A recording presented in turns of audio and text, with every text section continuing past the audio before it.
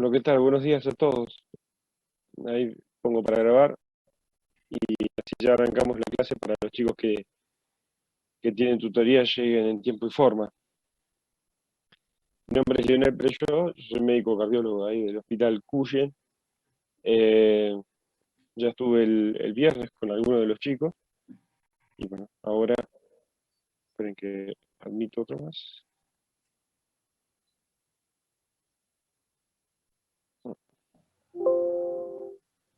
Denme un segundo para grabar acá.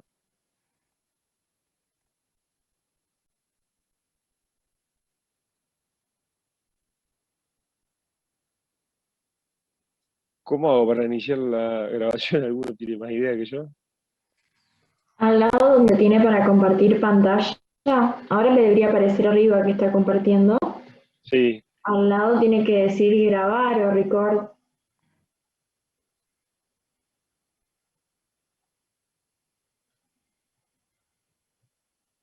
bien.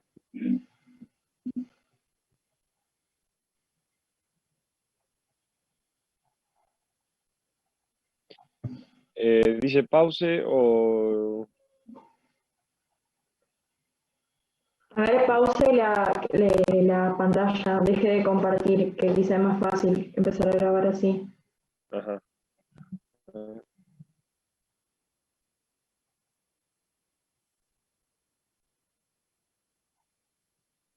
Ahora vaya abajo, vio donde dice para compartir pantalla, Sí, al lado. vaya al lado donde dice grabar. Bien. Bueno, ahí Ahí estamos está. grabando. Está Perfecto. grabando. Bueno, ahora sí.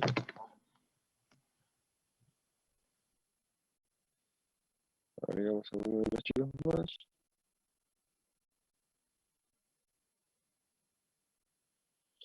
Bien. Bueno, el tema que vamos a ver hoy es de cardiopatía isquémica. Bien, en principio vamos a comentar un poco de la clínica de la cardiopatía isquémica y después nos vamos a entrar en síndromes coronarios agudos sin supradesnivel de DCT en esta semana, y la semana siguiente vamos a ver con supradesnivel de DCT. Vamos a ver algo de fisiopatogenia, algo de diagnóstico, manejo y tratamiento. Eh, bueno, vamos a hacerlo lo más rápido posible, así pueden llegar en tiempo y forma a sus comisiones. Cualquier cosa, el viernes, en las clases de consulta, nos sacamos todas las dudas. De todas maneras, creo que este miércoles tienen otra reunión con uno de los tutores cardiólogos, y también bien, podemos discutir y charlar algunos temas que hayan quedado al respecto, dudas, inquietudes. Saben ustedes que el dolor torácico es un motivo de consulta muy frecuente. Bien, de hecho, los médicos cardiólogos, los médicos de guardia, nos enfrentamos a este desafío porque nunca queremos internar banalidades ni tampoco externar cuadros clínicos. Y eh, la- dentro de estos los síndromes coronarios agudos es uno de los primeros cuadros clínicos que debemos ir a descartar, ya sea por lo frecuente que son y por la severidad que ello acarrea. También se sabe que la precocidad en el tratamiento cambia el pronóstico de estos pacientes, y ningún dato en las características clínicas es patognomónico. Entonces, nunca nos vamos a fiar de una sola característica para hacer o para descartar, y siempre nos vamos a apoyar de los métodos complementarios. Electrocardiograma, también tromboninas, y lógicamente nos vamos a valer de la clínica. Saben ustedes que dentro de lo que es el espectro de dolor torácico agudo, bien, el diagnóstico diferencial, tenemos muchas patologías, ya sea cardíacas, pulmonares, vasculares, gastrointestinales, ortopédicas y otros trastornos de ansiedad. Pero fíjense que los síndromes coronarios agudos, si los englobamos a todos juntos, abarcan alrededor del 40%, bien, ya sea a través de infartos con supradesnivel del ST, infartos sin elevación del ST y las anginas inestables.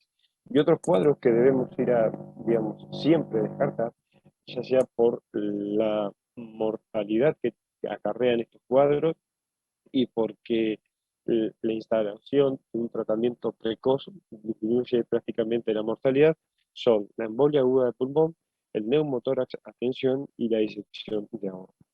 Bien, lógicamente, después dentro de los diagnósticos, otros diagnósticos diferenciales, tenemos miocarditis, taquiarritmias, esofagitis, los trastornos neuromusculares.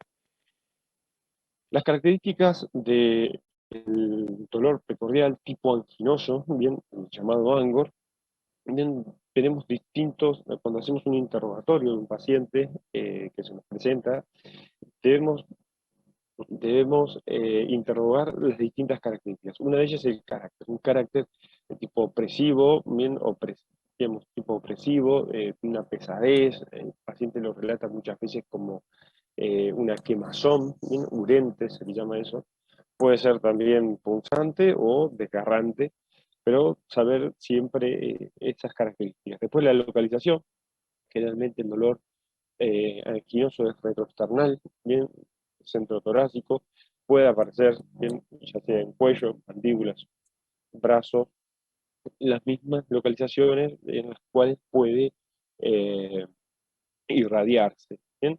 También puede ser epigástrico o incluso dorsal.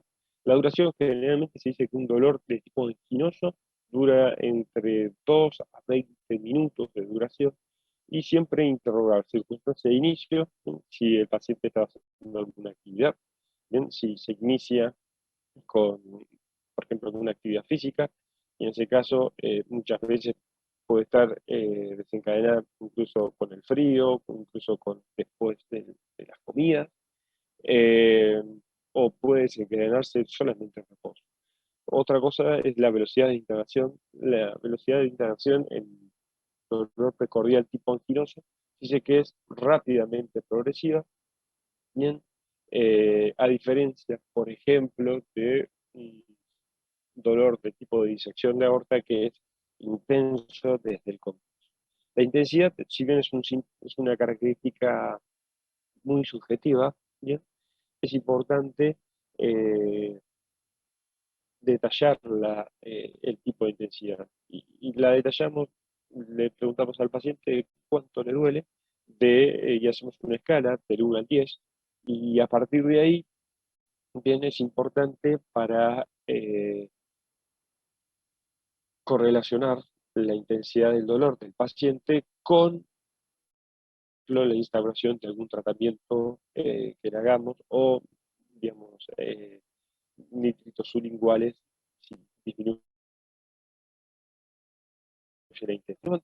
Bien, y si tenemos acompañante, siempre interrogarlo. El paciente se puede presentar con disnea, se puede presentar con palpitaciones, se puede presentar con sudoración, bien, náuseas, vómitos, algún cortejo neurovegetativo. Es importante siempre eh, interrogar todas estas características. Acá esto yo se los dejo, nada más para que lo vean, ¿bien? Las cualidades del dolor anginoso que alejan o acercan ¿no es cierto?, las probabilidades de que el dolor precordial sea anginoso. Más o menos lo mismo que venimos discutiendo recién. Eh, Lógicamente hay una clasificación clínica tradicional de este dolor precordial tipo anginoso, y se dice que la angina es típica cuando cumple las tres características, perdón. Cuando el dolor es opresivo, bien, es precordial, o aparece en cuello, mandíbula, los hombros, cuando es precipitado con el esfuerzo y cuando se alivia con el reposo o la administración de nitritos en menos de 5 minutos. Se dice que es atípica cuando cumple dos de estos tres criterios y el dolor de pecho no anginoso es cuando no cumple ninguna de estas características. ¿Bien? También es importante clasificar la gravedad de la angina de esfuerzo, ¿bien? Según la Sociedad Cardiovascular Canadiense, es una vieja clasificación pero que tiene vigencia, donde se lo clasifica en 4 grados, ¿bien? Y vemos que la angina, por ejemplo, clase 1, es la angina que solamente se presenta con el esfuerzo extenuante, la angina clase 2 con esfuerzos moderados, la 3 con esfuerzos leves y la 4 ya es cuando aparece en reposo y el paciente no necesita esfuerzo para provocar angina. Siempre a la hora de interrogar, no solamente interrogar las características del dolor tipo anginoso, sino que siempre también interrogar los antecedentes del paciente. Bien, antecedentes de mucha jerarquía, digamos, un paciente que ya tiene antecedentes coronarios conocidos como intervenciones, estudios, síntomas, bien, o tiene ya antecedentes de cirugía de revascularización miocárdica o de angioplastias con stent. Bien, ese paciente tiene mucho peso a la hora de una sospecha de dolor precordial tipo anginoso. Y lógicamente, digamos, también interrogar los factores de riesgo clásicos, bien, como hipertensión, diabetes, dislipemia, tabaquismo, si tiene antecedentes familiares de cardiopatía isquémica de forma prematura, si es un varón, bien, o una mujer posmenopáusica, si ese varón tiene más de 45 años o la mujer más de 55, bien, o si tiene antecedentes de enfermedad vascular periférica o carotidia, bien, también datos de relevancia. Antes de entrar en los síndromes coronarios, vamos a ver un poco de definiciones. Bien, una de las últimas definiciones de la cuarta definición universal, un consenso de las distintas asociaciones científicas, bien, para enmarcar lo que es la definición universal de infarto de miocardio. Bien, primero definieron lo que es daño miocárdico. Daño miocárdico, fíjense que se define como la existencia cuando existen valores elevados de troponinas superiores al percentil 99 del límite superior de referencia, y a su vez esas elevaciones de troponinas pueden ser agudas cuando existe un aumento y una reducción de esos valores, o crónico y cuando son persistentemente elevados. ¿Bien?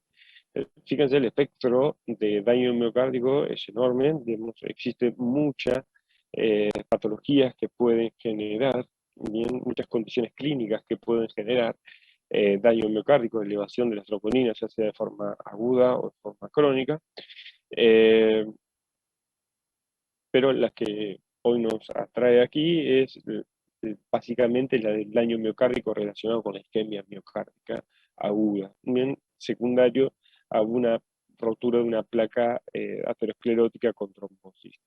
¿Bien? El infarto agudo del miocardio, ¿bien? Ya vimos daño, ahora vamos al infarto. Fíjense que se define como la presencia de un daño miocárdico agudo, es decir, que hay una elevación y un descenso de esos valores de troponinas, pero en el contexto de una isquemia miocárdica aguda. Y de hecho, el infarto del miocardio tipo 1, ¿bien? Que es lejos el más frecuente y el que vamos a ver nosotros, bien, estos, esta isquemia miocárdica aguda, bien, la tenemos que determinar a partir de las siguientes condiciones. Bien, síntomas de isquemia, bien, miocárdica aguda, como dijimos anteriormente, el dolor precordial tipo anginoso, nuevos cambios isquémicos en el electrocardiograma, aparición de ondas Q patológicas, evidencia por imagen de pérdida de miocardio viable o anomalías regionales de la motilidad parietales que sean nuevas, siguiendo un patrón compatible con la etiología isquémica, o la identificación de un trombo coronario por una angiografía, una imagen intracoronaria o por autopsia. ¿Bien? Y como os habíamos dicho, la causa de estos infartos tipo 1 es la rotura o erosión de una placa, bien, aterosclerótica, que puede ser oclusiva, bien, o no oclusiva. Después es el tipo 2, bien, esto se lo dejo para que lo vean, y después lo discutimos con más detalle. Son cuando existe lógicamente un fenómeno isquémico, bien, hay un desequilibrio entre la demanda y el aporte de oxígeno intramiocárdico, pero no tiene nada que ver con una trombosis coronaria. Puede ser que haya una aterosclerosis con desequilibrio entre el aporte y la demanda de oxígeno, pero no existe trombosis coronaria. Puede ser que exista un vasoespasmo, puede ser que exista una una disección coronaria no aterosclerótica, o bien, pacientes anémicos o con taquiarritmias, bien, existir ese desequilibrio entre la oferta y la demanda de oxígeno. Bien, existen distintos mecanismos y distintos contextos en los cuales se pueden presentar estos infartos, bien pueden ser secundarios a otro proceso de enfermedad o puede ser la principal causa de la presentación clínica. Y dentro de los mecanismos, ese desequilibrio entre el aporte y la demanda de oxígeno, puede ser que haya alguna aterosclerosis coronaria fija, pero no trombosis, espasmos coronarios, embolia coronaria, eh, disección coronaria, taquiarritmias sostenidas, hipertensión grave asociada a hipertrofia ventricular izquierda, radiarritmias, insuficiencias respiratorias, anemias graves y hipotensión. El tipo 3 es aquel que se presentan ciertos pacientes que sufren una muerte súbita con síntomas compatibles con isquemia miocárdica, acompañados de alteraciones presumiblemente nuevas o fibrilación ventricular, pero digamos, al paciente no se le puede, lógicamente, en su condición de muertos, no se le puede extraer sangre y ver si ha hecho elevación de troponinas o no. El tipo 4 es el que está relacionado con procedimientos, en este caso es un procedimiento relacionado con la angioplastia coronaria, y el tipo 5 es el que está relacionado con la cirugía cardiovascular. Bien, entonces, adentrándonos en el tema que hoy nos reúne, bien, fíjense, el paciente entonces nos ingresa por un dolor precordial. A partir del dolor precordial, las características de tipo anginosas que vimos, bien, podemos inferir que el paciente se presenta como un síndrome coronario agudo, bien, y sospechamos fisiopatogénicamente que eso corresponde a una rotura o una erosión de la superficial de la placa de ateroma. Y dependiendo, como decíamos, si existe, ¿no es cierto?, con la formación de un trombo, que pueda tener una oclusión total o parcial de la luz de ese vaso. Y en ese caso, bien, si tiene una oclusión total, es probable que ese paciente se nos presente bien como un síndrome coronario agudo con elevación del segmento ST persistente.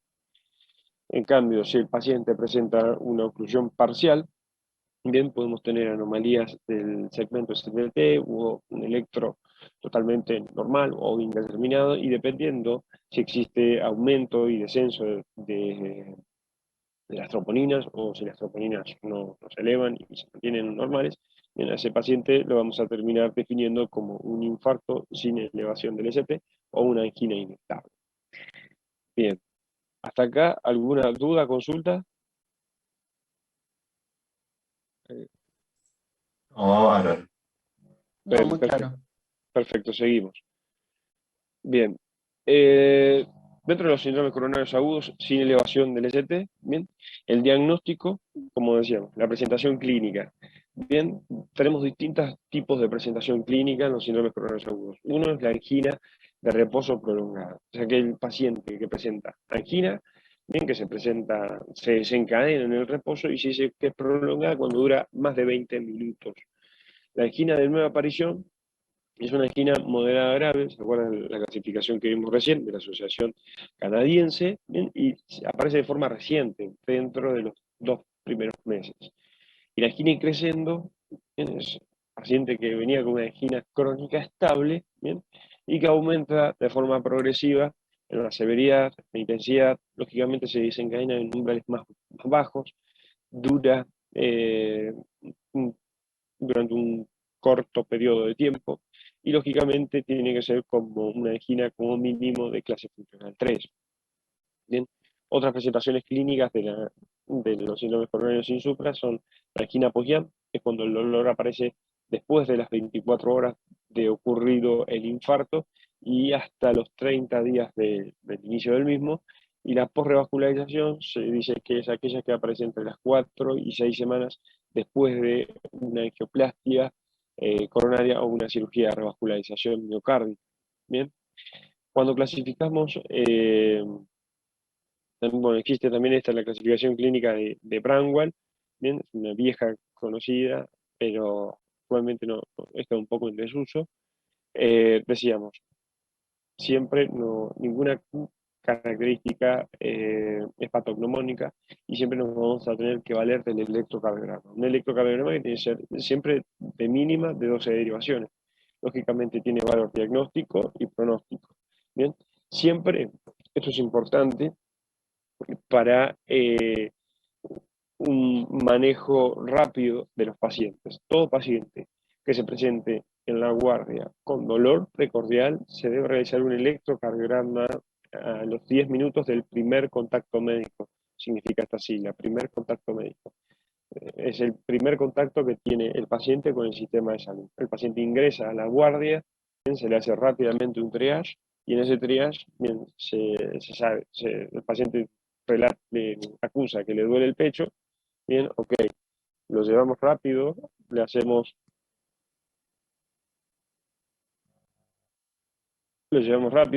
un electro en menos de 10 minutos. Bien, debe repetirse en caso de recurrencia de síntomas y después de 6 a 9 horas y antes del alta hospitalaria. Vamos a realizar otras derivaciones como B3R, B4R, B7 y B7, B8 y B9, cuando las derivaciones habituales no sean concluyentes, pero vamos a ver con más detalle la clase que viene. Y lógicamente el electrocardiograma de superficie en una guardia no tiene la sensibilidad que uno querría tener, pero bueno, es un dato, bien, es un elemento, un método complementario que tiene un especial valor, sobre todo si es intradolor. Eh, Lógicamente, los patrones electrocardiográficos que vamos a ver en los síndromes coronarios agudos sin elevación del ST, uno de ellos es la depresión del ST como patrón predominante en más de 8 derivaciones, eso se llama afección circunferencial. Lógicamente, ese paciente está gravemente enfermo y se sospecha que tiene enfermedad de 3 vasos, incluso puede llegar a tener alguna suboclusión del tronco de la coronaria izquierda. ¿Bien? Si la onda T es negativa en B4 a B6, habitualmente es una suboclusión del tronco de la coronaria izquierda. Este paciente está gravemente enfermo. La depresión del ST como patrón predominante, pero no en tantas derivaciones, en menos. ¿Bien? Esto corresponde, ¿no es cierto?, a enfermedad de 1 o 2 vasos. Y,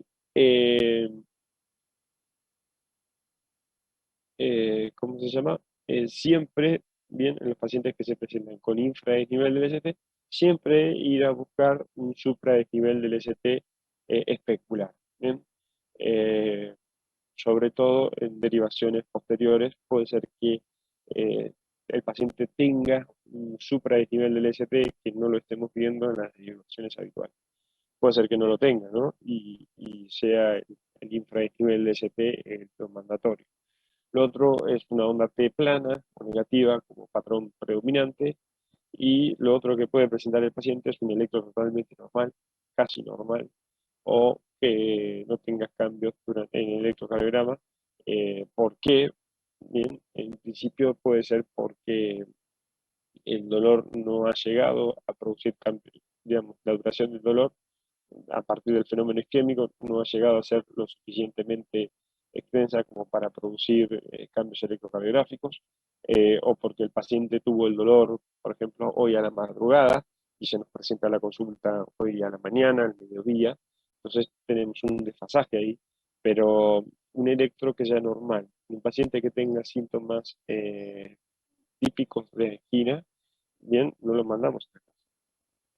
Ese paciente debería quedarse internado, bien si cumple con los factores, con los criterios de alto riesgo como para internarse. Factores de confusión.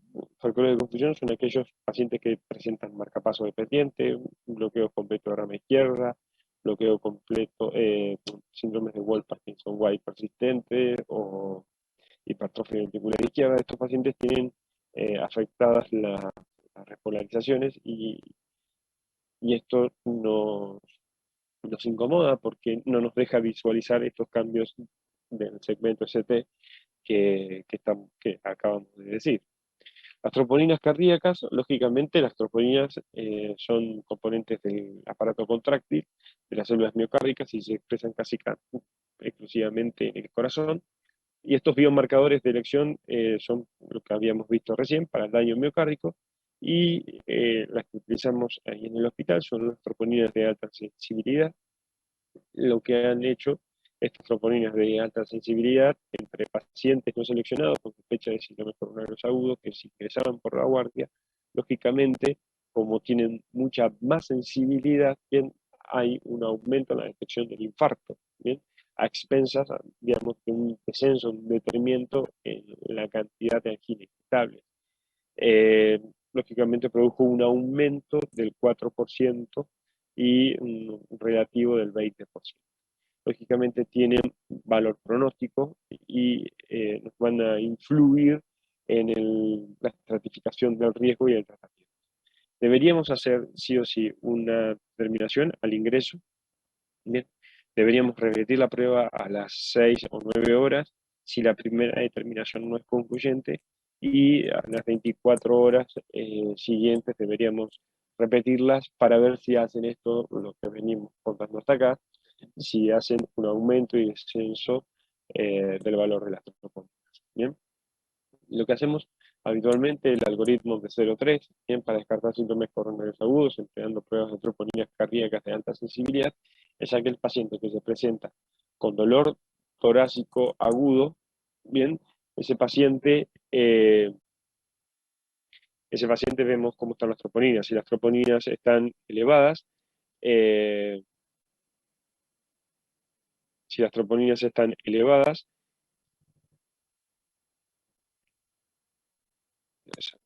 disculpa, si las troponinas están elevadas, bien, deberíamos pedirle otro juego, como habíamos dicho recién, y si aumentan, bien, ese paciente pasaría a un tratamiento intensivo. Si las troponinas están normales, bien, y vemos el inicio del dolor es en menos o mayor de 6 horas, si es menos de 6 horas, deberíamos repetirlas hasta 3 horas, y si aumentan, bien, pasaría al flujograma de tratamiento intensivo. En cambio, si no aumentan, bien, y el paciente viene con más de 6 horas de dolor y al momento de la consulta no tiene dolor, tiene un Grace, que ahora lo vamos a ver, menor de 140, bien, y excluidos otros diagnósticos diferenciales, bien, ese paciente podría considerarse una angina inestable de bajo riesgo, y se podría manejar con estudios funcionales. Dentro, entonces hasta acá, llevamos el diagnóstico del síndrome coronarios agudos. Ahora vamos a ver cómo evaluamos el riesgo. Y el riesgo, vamos a evaluar el riesgo isquémico y el riesgo hemorrágico. Bien, el riesgo isquémico, existe una evaluación más bien clínica. Fíjense, vamos derecho solamente a alto riesgo. Bien, fíjense, angina de pecho, como habíamos dicho, de reposo prolongada, angina de reposo con desnivel del ST, infradesnivel del ST de más de 1 milímetro en 3 o más derivaciones. Cuando la angina se presenta con insuficiencia cardíaca, bien, con shock cardiogénico, arritmias ventriculares complejas, o si tiene elevación del segmento, elevación de troponinas. Esos pacientes son de alto riesgo. Lo otro que se utiliza es un score calculador, score Grace, ¿bien? Donde utiliza variables clínicas como frecuencia cardíaca, presión arterial sistólica, la edad, si el paciente se presenta con insuficiencia cardíaca, si tiene falla renal, alteraciones del segmento CT, elevaciones de troponinas o tienen paro cardíaco al ingreso. Bien, en esos pacientes, bien, nos va a calcular la mortalidad, bien, y el riesgo de infarto intrahospitalario a los 6 meses, al año y a los 3 años. Bien, y se dice que un score Grace más de 140 puntos tiene un 3% de mortalidad intrahospitalaria y más de 8% después del alta hasta los 6 meses. Otro score que se utiliza es el score TIMI, ¿bien? El score TIMI que habla también de la edad, los factores de riesgo cardiovasculares, si tiene enfermedad coronaria conocida, el uso de aspirina, si es una angina severa, severa se define como más de 2 episodios de angina en las últimas 24 horas, alteraciones en el electrocardiograma, biomarcadores positivos. Fíjense como más o menos todos los scores rondan en lo mismo. Y se dice que un score más entre 5 y 7 puntos es de alto riesgo, y fíjense cómo los pacientes que tienen alto riesgo tienen mayor riesgo de muerte, infarto, o el punto combinado de muerte, infarto y necesidad de revascularización. Lógicamente, también miramos el sangrado. ¿Por qué? Porque un paciente que sangra más, bien, tiene mayor mortalidad. Y dentro del tratamiento de los síndromes coronarios agudos, uno de los pilares son los antitrombóticos, los antiagregantes plaquetarios y los anticoagulantes. Entonces es fundamental conocer el riesgo de sangrado que tiene este paciente. Entonces, los predictores de sangrado mayor son edad mayor, ¿bien? Mujeres, falla renal, ¿bien? Antecedentes de sangrados mayores, bajo peso, que el paciente se presente con anemia, diabetes o el uso de los inhibidores 2B3A. Bien, entonces decíamos, ¿por qué el sangrado incrementa la mortalidad? Bien, el sangrado puede venir en shock, y un shock producir isquemia. El sangrado produce anemia, anemia con requerimiento de transfusión, y eso nos produce inflamación tisular, y eso termina produciendo mayor mortalidad.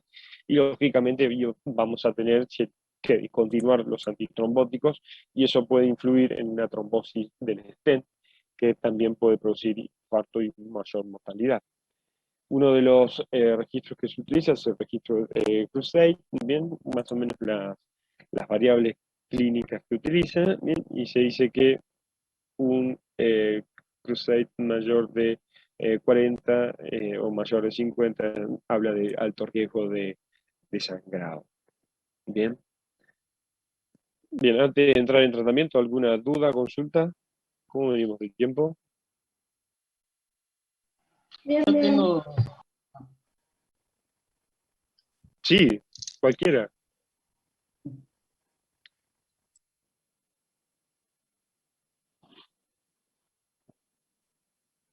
Alguien dijo ahí, yo tengo. yo tengo dos.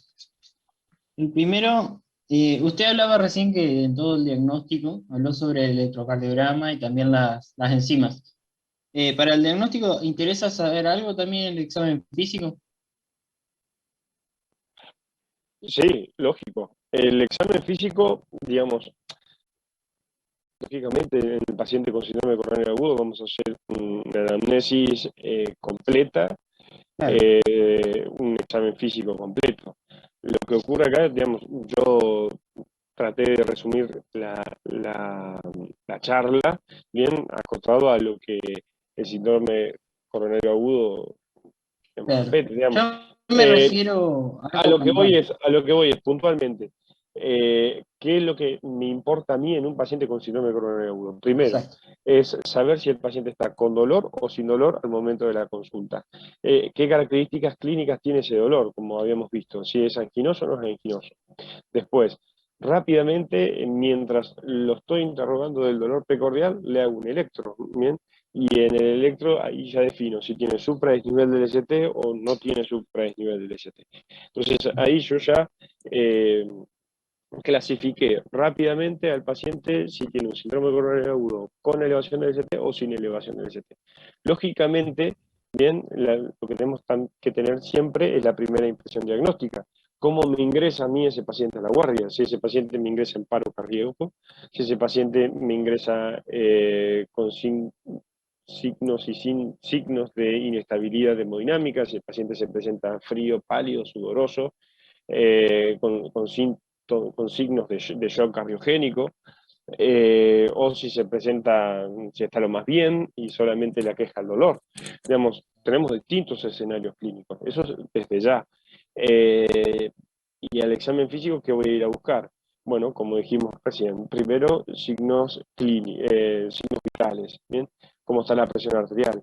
la presión arterial está elevada, digamos, el paciente está hipertenso, eh, que me puede influir drásticamente en el tratamiento del síndrome coronario, o está tan hipertenso que sospecho también que puede llegar a tener una disección de aorta ese paciente.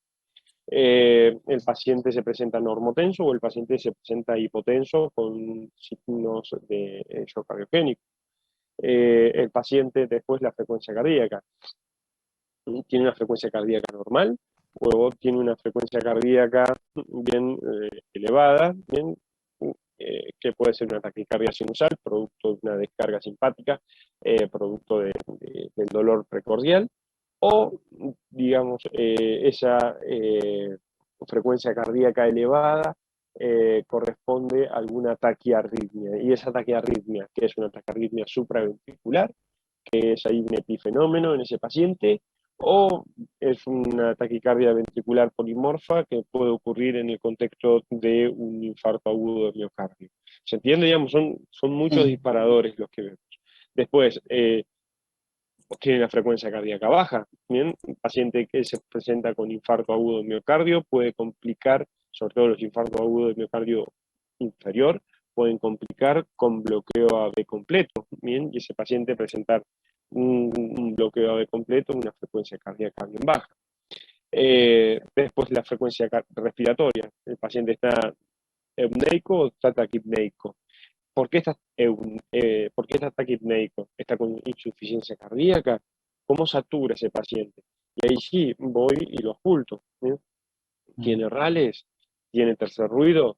Es raro que un paciente con infarto agudo en miocardio, sin tener otra patología cardiovascular previa, como por ejemplo una miocardiopatía dilatada, se presente con con signos, perdón, de insuficiencia cardíaca derecha, bien con hepatomegalia, edemas en miembros inferiores, incrustación yugular.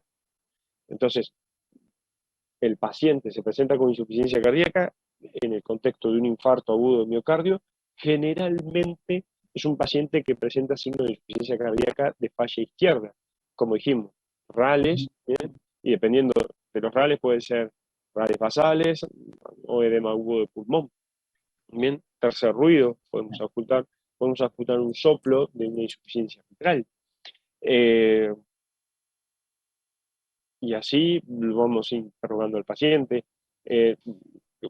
palpar los pulsos, bien, el paciente, digamos, como habíamos dicho anteriormente, un paciente que se presenta con dolor torácico puede tener una disección de aorta. Entonces, medir la presión arterial de los 4 miembros, palpar los pulsos, bien, podemos ocultar un...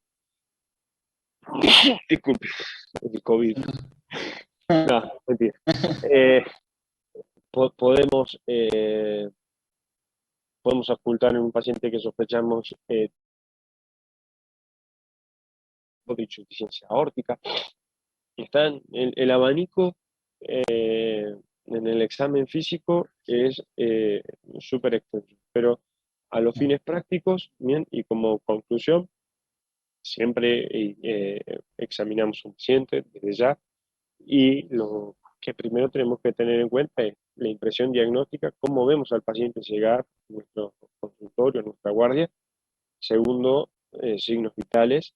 Y tercero, puntualmente ir a buscar signos de insuficiencia cardíaca, que como vimos en los scores de riesgo isquémico, son variables que nos van a hablar de mayor mortalidad. Entonces a esos pacientes le tenemos que prestar mucha más atención. No sé si respondí la pregunta. Sí, sí. Perfecto. Muy Bien, ¿sí? Seguimos, chicos. Bien. El tratamiento. Bien, lógicamente, medidas generales para todos los pacientes. Bien, hay gente que, Pamela ahí se está incluyendo un poco más, no termina. Medidas generales. Bien, primero internación en coronaria, reposo absoluto. Bien, la monitorización continua del ritmo cardíaco, como les dije. Los pacientes que tienen síndromes coronarios agudos, bien, pueden sobrevenir arritmias ventriculares, bien, y eso producir paro cardiorrespiratorio y el paciente se muere. Entonces, bien, monitorización continua del ritmo cardíaco. El oxígeno va a ser solamente necesario si el paciente tiene una saturación abajo de 90 o si tiene insuficiencia respiratoria. Fármacos antiisquémicos, bien, el objetivo va a ser disminuir la demanda miocárdica de oxígeno y aumentar el aporte de oxígeno a ese miocardio. Lógicamente vamos a contar con los nitratos, ¿bien? Tienen efectos venodilatadores periféricos por disminución de la precarga, disminuir el volumen telediastólico del ventrículo izquierdo y de esta manera disminuir el consumo miocárdico de oxígeno. Lógicamente producen dilatación de las arterias coronarias normales y ateroscleróticas, pueden producir aumento del flujo coronario colateral, efecto directo sobre el espasmo coronario y detalles a tener en cuenta, ¿bien? Sí o sí se deberían usar si el paciente tiene isquemia persistente, si está con insuficiencia cardíaca o si está hipertenso. Y deberíamos titular la dosis hasta que los síntomas desaparezcan, se reduzcan y tratar de que aparezcan la menor posibilidad de efectos secundarios como cefaleas y hipotensión.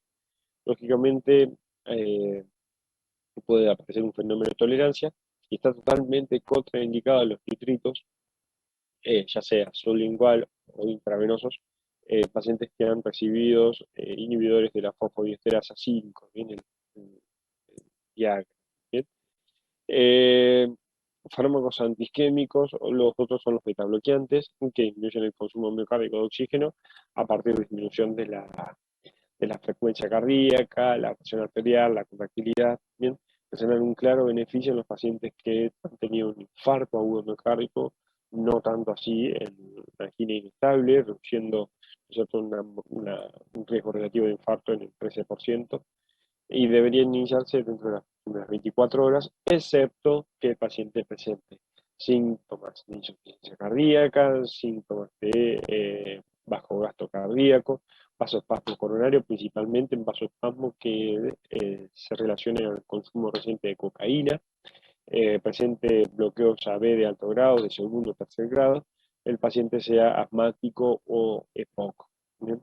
Los otros pilares del tratamiento, como decíamos, los fármacos antitrombóticos, ya sea la anticoagulación o los antiplaquetarios. Bien, la aspirina, bien, debería utilizarse en todos los pacientes que no tengan contraindicaciones. La dosis siempre son dosis de carga y dosis de mantenimiento. Bien, ahí yo se las dejo, vayan viéndola, no voy repitiéndola. Y la duración debería ser a largo plazo, independientemente de la estrategia de tratamiento. Disminuye una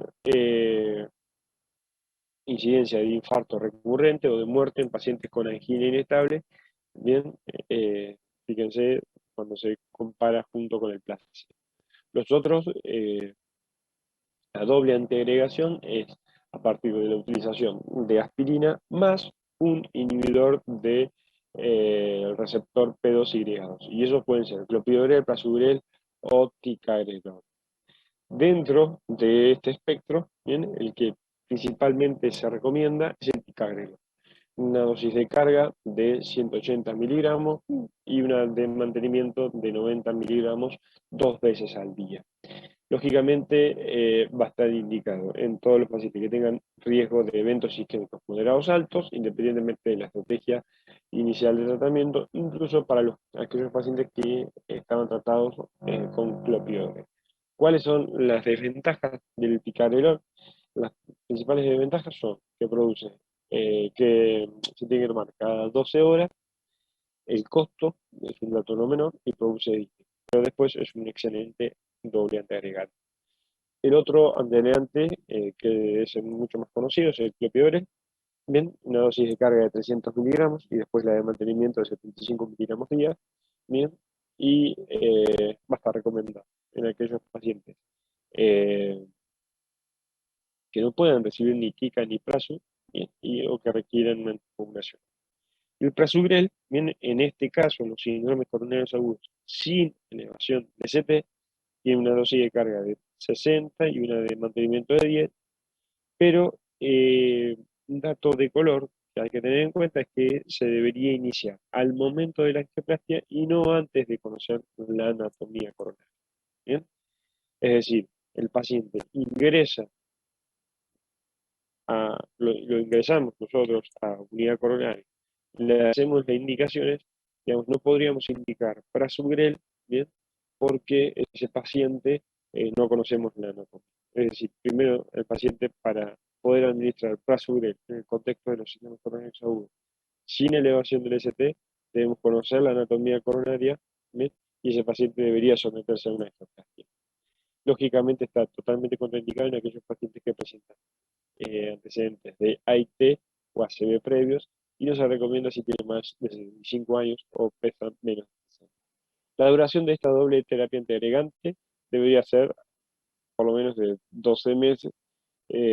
Lógicamente existen variables, ¿bien? Sobre todo en aquellos pacientes que tienen alto riesgo de la anticoagulación, ¿bien? Se recomienda a todos los pacientes en el momento del ingreso, lógicamente según el riesgo isquémico y hemorrágico y el perfil de seguridad y eficacia de cada uno de los fármacos, bien, es aquí que vamos a seleccionar. Podemos seleccionar fondaparinux, heparina no fraccionada, enoxaparina. Fondaparinux, una cuestión de costo, no contamos, pero por ejemplo, enoxaparina tiene la ventaja de que es una aplicación subcutánea, bien, debería aplicarse una dosis ajustada a peso, y se, se administra cada 12 horas.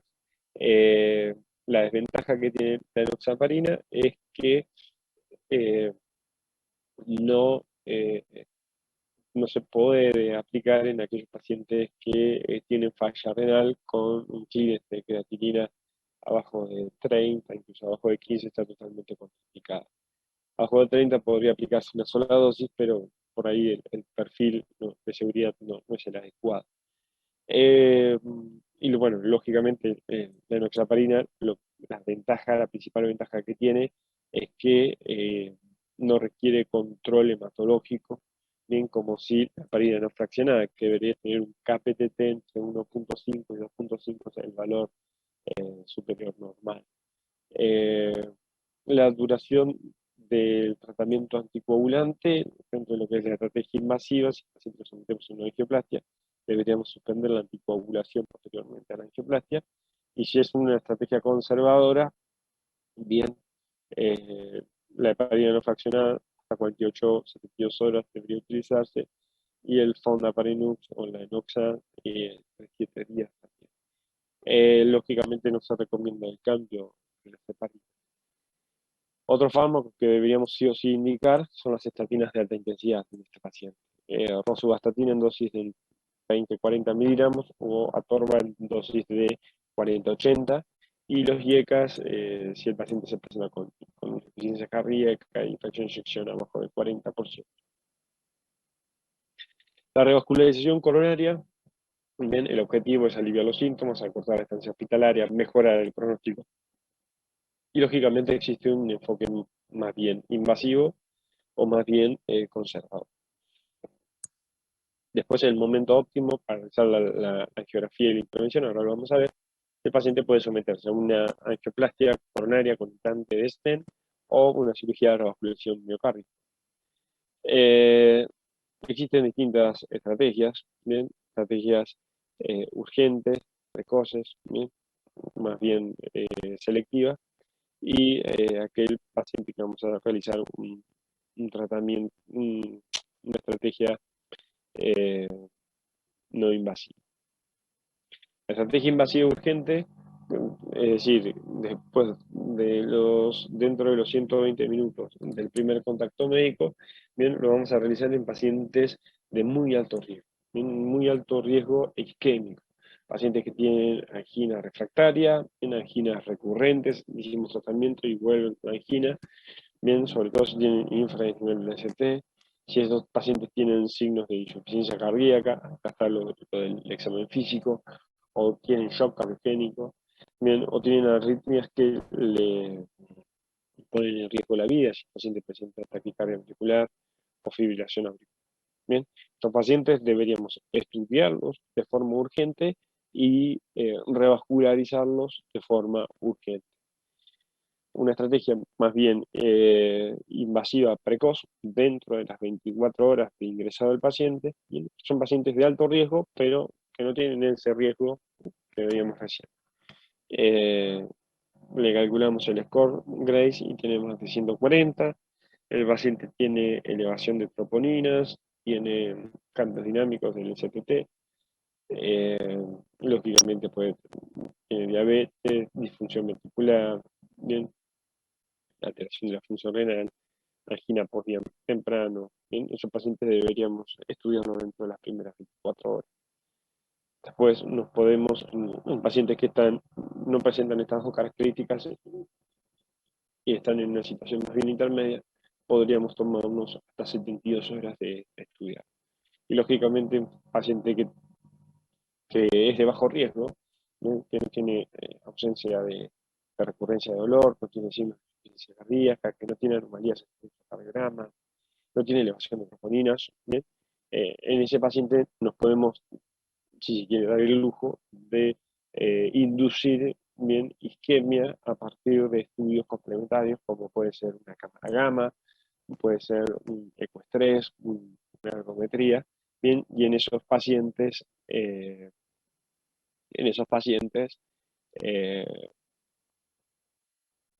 dependiendo del monto isquémico, avanzar con alguna cinecoronariografía diagnóstica para así tratarlos. Quedan 5 minutos, un poquito más de 5 minutos, no sé si tienen alguna duda, consulta, antes que arranque con la condición, los chicos que se tienen que ir. Si no, ya les digo, el viernes, bueno, los chicos conmigo tienen el viernes, nosotros tienen otros días. Podemos sacarnos todas las dudas.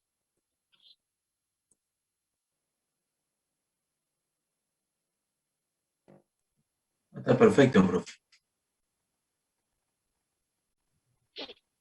Bueno, chicos, que tengan buen comienzo de semana. Bueno, gracias igualmente. Gracias, igualmente, profe. Gracias. Chao. Gracias.